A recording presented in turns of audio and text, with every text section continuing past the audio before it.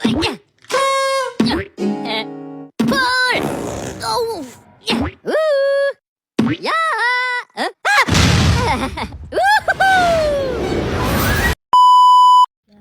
Assalamualaikum warahmatullahi wabarakatuh.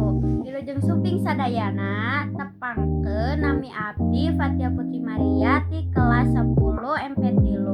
Abdi di dieu bade nyaritakeun dongeng Lutung Kasarung anu ti Jawa Barat. Dina jaman kapungkur di Tatar Pasundan aya hiji karajaan anu dipimpin ku saurang raja anu wijaksana. Namina nyaeta Prabu Tapak Agung. Prabu Tapak Agung ngagaduhan dua anak awewe anu geulis. Namina Purbarang sarta adina Purbasari. Dina wanci ngadengketan akhir hayatna. Raja Prabu Tapak Agung nuntut Purbasari putri bungsuna pikeun ngagentosan jabatanna. Abdi tos sebut teuing waktuna abdi turun tahta. Ceuk Raja Prabu. Lamun di lain sisi Purbarang mangrupakeun kakana Purbasari manehna henteu satuju adina diangkat ngagantikeun bapana. Abdi putri anu kedah bapa pilih kuduna abdi anu ngagantikeun. Ceuk Purbarang naroskeun kakunanganna nu namina Indrajaya. Ku sabab sirik Purbarang teras ngagaduhan niat jore ka Purbasari. Manehna manggihan saurang nini sihir kanggo nyilakakeun Purbasari. Nini sihir eta nyieun Purbasari kulitna barobah jadi kaayaan totol-totol hideung. Santos kitu Purbarang janten gaduh alesan kanggo ngusir kakana.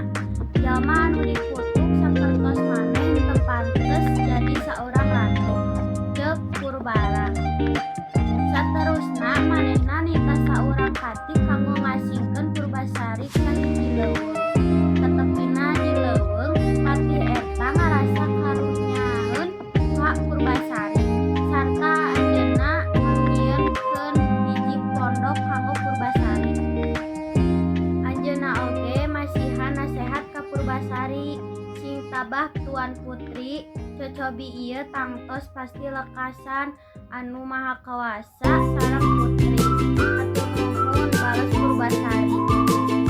Salila di leuweung Purbasari ngagaduhan seueur rerencangan mangrupakeun sasatoan anu balageur ka manehna.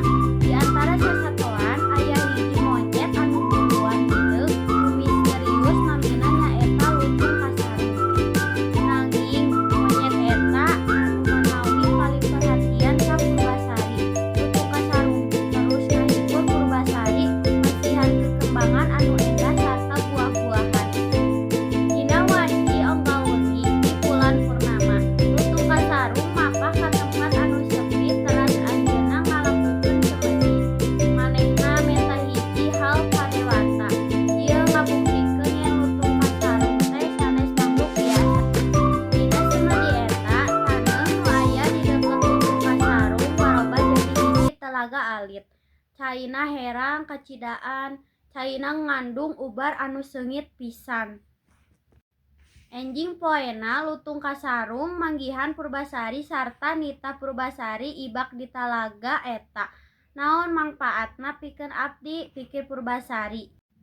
Nangging anjeunna nurutkeun wae, teu lami sanggeus manehna nyeburkeun awakna, kulitna barobah jadi bersih sarta geulis sapertos harita deui. Purbasari reuas pisan dicampur ku hawa atoh sabat manehna ngaca di talaga eta, kulitna bisa mulus deui.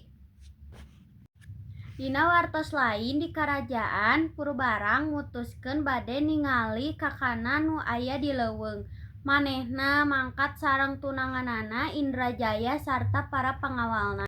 Satepina di hutan Purbarang manggihan adina si Purbasari. Purbarang teu percaya ningali adina tiasa jadi geulis deui kos harita.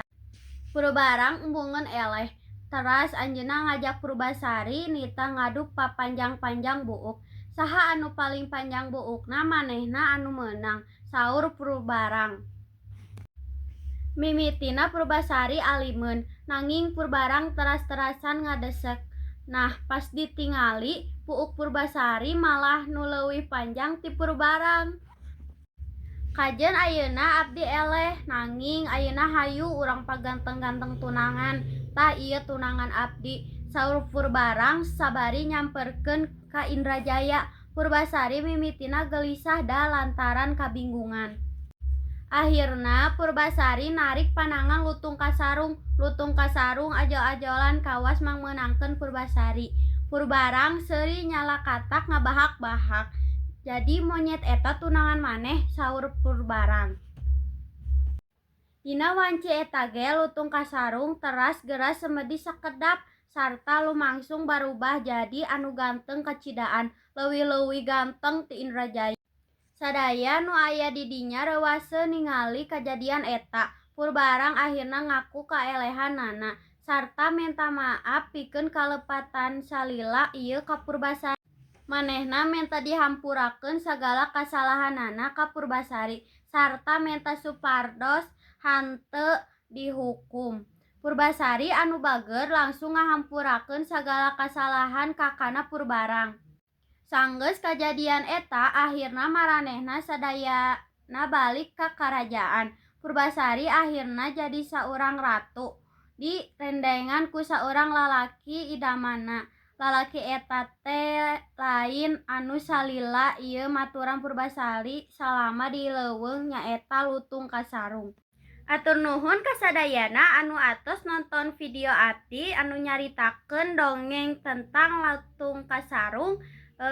Punten bilih aya kalepatan sareng kasalahan. Billahi taufik wal hidayah. Wassalamualaikum warahmatullahi wabarakatuh.